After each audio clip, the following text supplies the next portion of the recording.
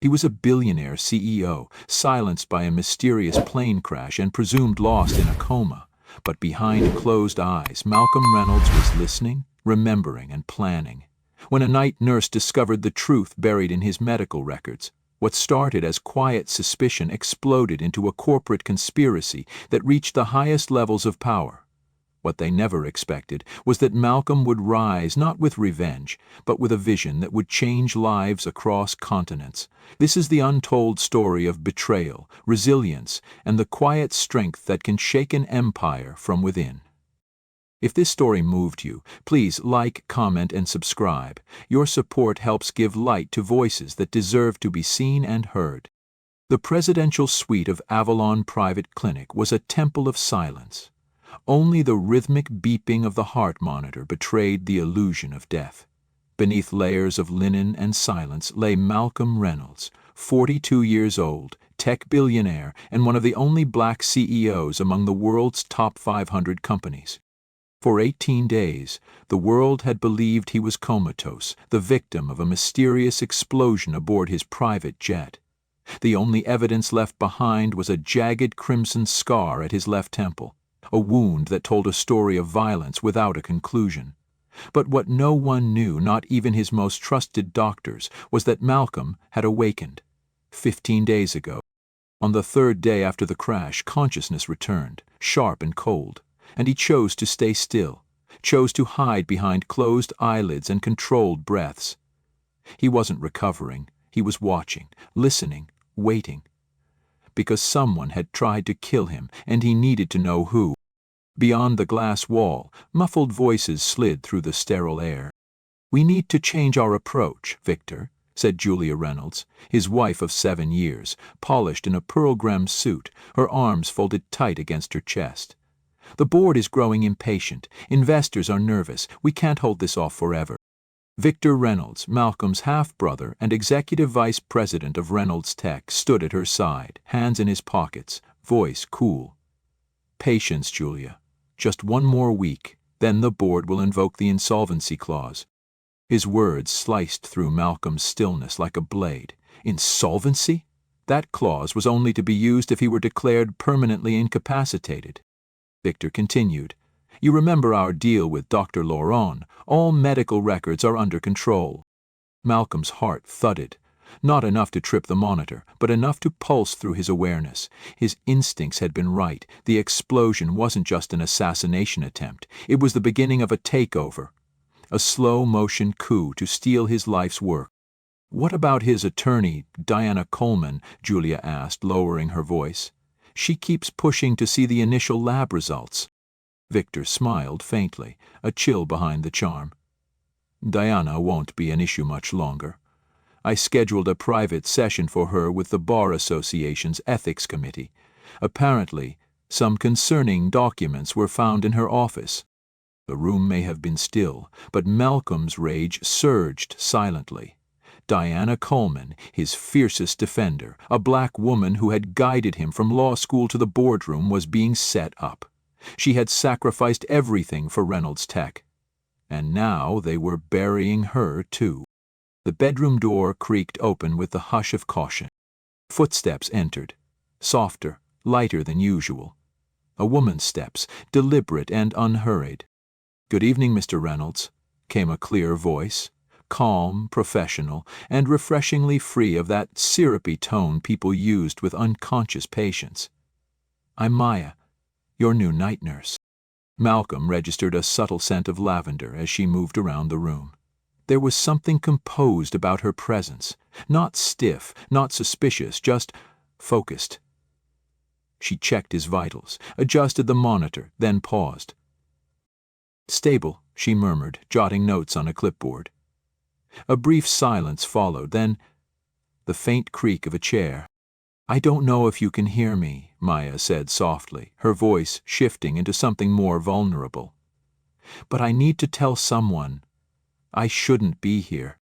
Malcolm's breath didn't change, but his attention narrowed. "I was hired 3 days ago," Maya continued. "They said the last nurse resigned, but I found something last night, something strange." She hesitated, then leaned forward, her whisper barely audible. I reviewed your medical records. The sedative levels, they're way too high, far beyond protocol for your condition. And your reflex reports were altered. She leaned in closer, her voice no longer that of a nurse, but of someone who knew too much. I'm not just a nurse, Mr. Reynolds. I'm a forensic neurology consultant, and I can tell you, someone has been keeping you under. On purpose. Malcolm's pulse quickened, just enough to betray his emotion, not enough to sound an alarm. I don't know who's behind this, but I promise I'll find out, Maya whispered. Even if it costs me everything. She stood, adjusted the IV drip, her fingers steady. I'll reduce the sedative slowly. No one will notice. In a few days, you'll begin to wake, and when you do, we'll make our move. But just then, the door swung open. Wide. Maya straightened, instantly shifting into clinical mode. Vitals look good, doctor, she said aloud, her tone now bright and sterile. Thank you, nurse, came a male voice, cold, clipped. It was Dr. Laurent, and Malcolm knew the game had officially begun. The door clicked shut behind Dr. Laurent, and the silence returned. But this time, it felt different. Beneath the stillness, Malcolm felt something he hadn't in weeks. Hope. In a world where poison could be masked as medicine and loyalty as love, he had just found an unexpected ally. Maya didn't know it yet, no one did. But Malcolm had been fully conscious from the start. And now the man they believed to be helpless was quietly turning his silence into strategy. Behind his closed eyes, a plan was already taking shape, not just to survive, but to fight back, to reclaim what was his, and most of all, to expose the traitors hiding in his own bloodline. No one inside this lavish clinic suspected that the man they were ready to erase had built his empire by seeing potential where others only saw problems. Malcolm Reynolds wasn't just a tech mogul. He was a strategist. He didn't inherit his power. He carved it out, stone by stone, in a world that never wanted to let him in. And now, motionless in that hospital bed, he was quietly sharpening the sword of his return. If you're drawn to stories of betrayal, resistance, and unexpected partnerships, the kind that rise not from strength, but from vulnerability, this is a story you won't forget. Because what Malcolm was planning wasn't just a comeback. It was a reckoning. His counterattack began 3 nights after Mayer's confession. It happened when she leaned over to adjust his pillow, whispering her routine encouragement. That's when Malcolm made his first move. Barely perceptible to the naked eye, 2 deliberate twitches of his index finger. Maya froze, her breath caught, her eyes widened. Was that a response? She whispered, inching closer. Are you awake? Can you hear me? Pause. Then, ever so subtly, Malcolm blinked. Once. Her face lit up, shifting from disbelief to fierce resolve. She didn't panic. She adapted. We need a code, she whispered, glancing toward the door. 1 movement for yes, 2 for no. Blink if you understand. Malcolm blinked again. That night, while the clinic slept under low humming lights and polished surveillance, a fragile alliance bloomed. Using flashcards and a hand mirror, Maya laid out letters one at a time. Slowly, painstakingly, Malcolm spelled words. Sentences. Secrets. Every letter he managed to communicate was a rebellion, every word a dagger pointed toward the people who had tried to silence him. The plane, he spelled out, sabotaged. Who? She asked quietly, barely breathing. His response came letter by letter. Juliavictor. His wife, his brother. Maya's eyes burned with disbelief. Why would they do this? 1 word, Aurora. She hesitated, unfamiliar. Project Aurora, Malcolm went on to explain, was his most ambitious vision yet. A renewable energy initiative that had the power to cut electricity costs for millions of low-income families. It was still in secret development, shared only with a handful of trusted engineers. And it was worth billions. More than that, it threatened entire industries. If brought to light, It would not only reshape energy access in underprivileged communities, but also strip power from the monopolies Julia and Victor were quietly aligning with. By day, Maya became his eyes and ears. Victor now visited often, always trailed by Dr. Laurent. Their conversations sounded casual, but were rehearsed, careful, engineered to frame a narrative. Julia came less frequently. When she did, she never touched Malcolm.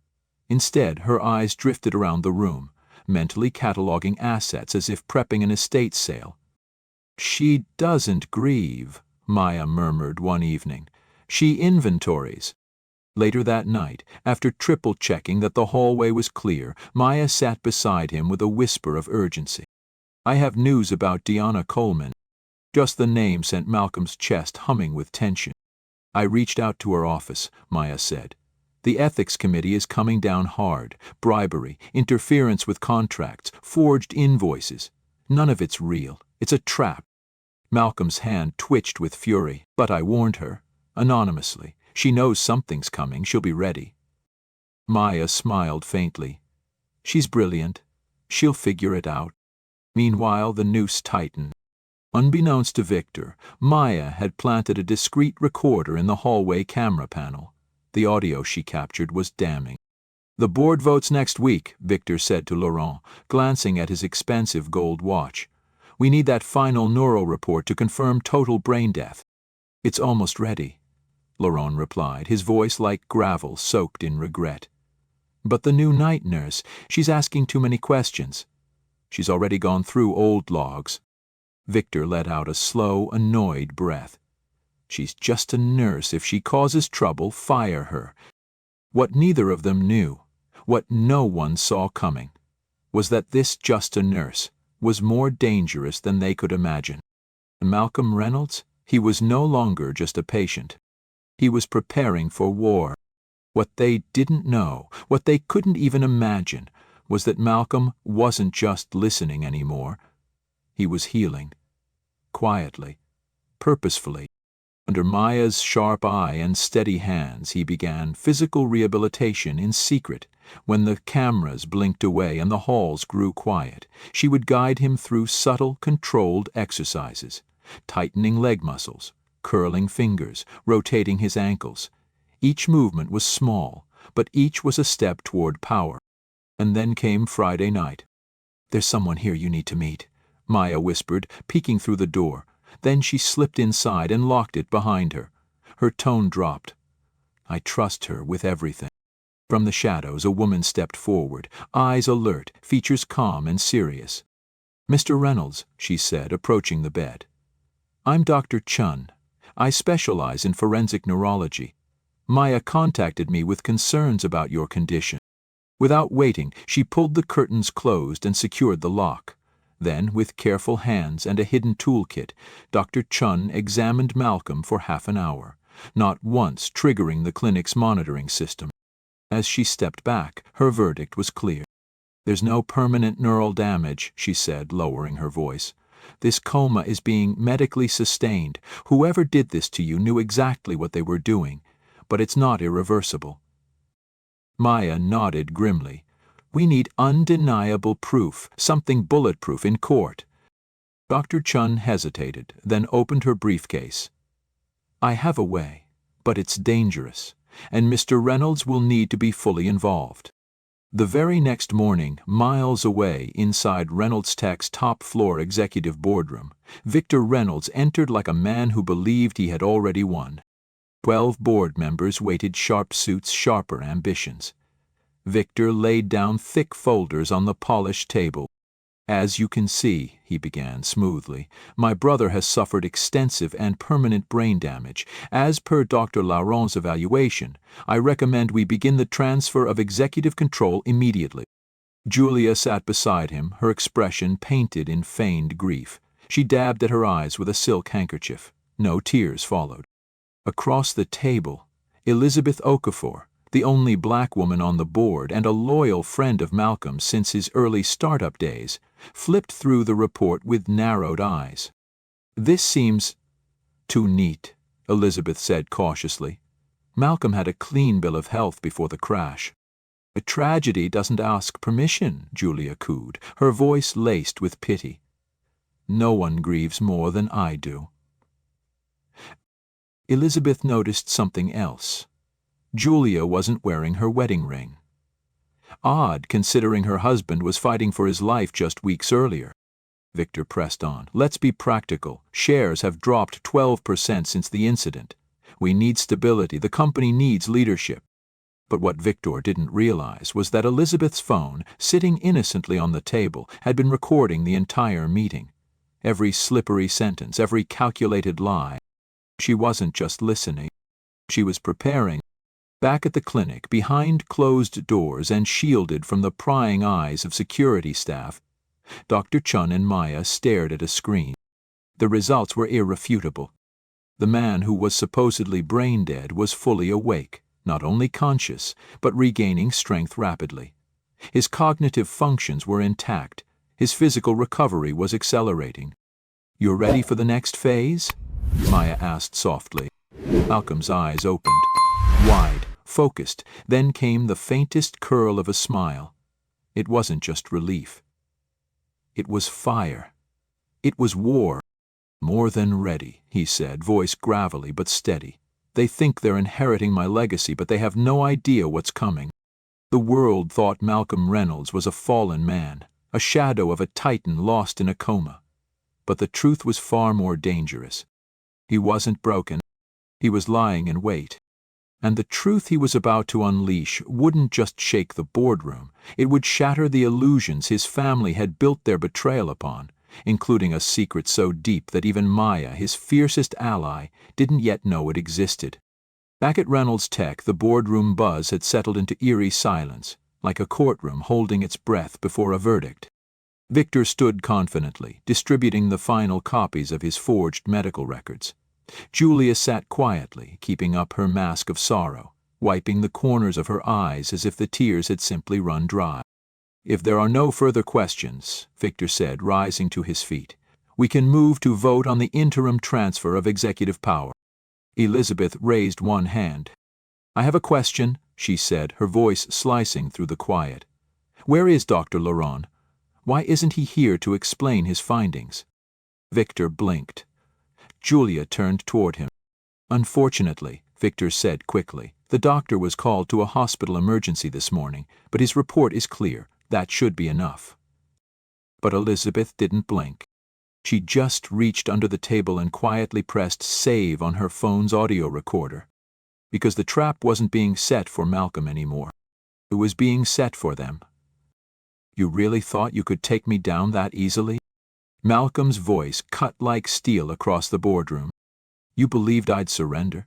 After building this company brick by brick, after enduring prejudice in every boardroom, every negotiation, every funding round, just because you thought I was too broken to fight back?" His eyes locked on Victor's, then Julia's. The weight of betrayal hung thick in the air. Julia, visibly unraveling, made one final desperate move. She stepped forward, her voice trembling, rehearsed. "Malcolm, baby, please, you're confused. The drugs, the trauma.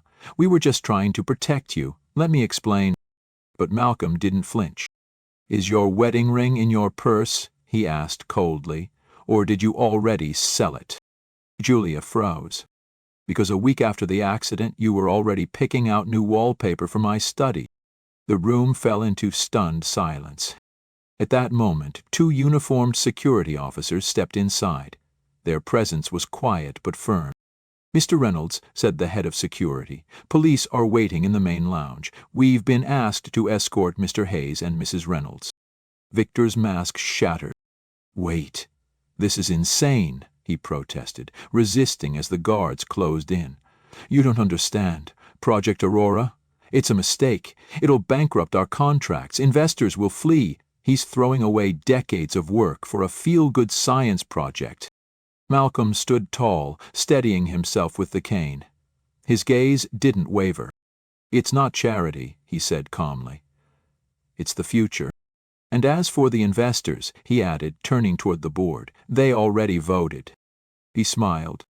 "Last night, while you were busy plotting my murder." As the guards led Julia and Victor away, the room emptied.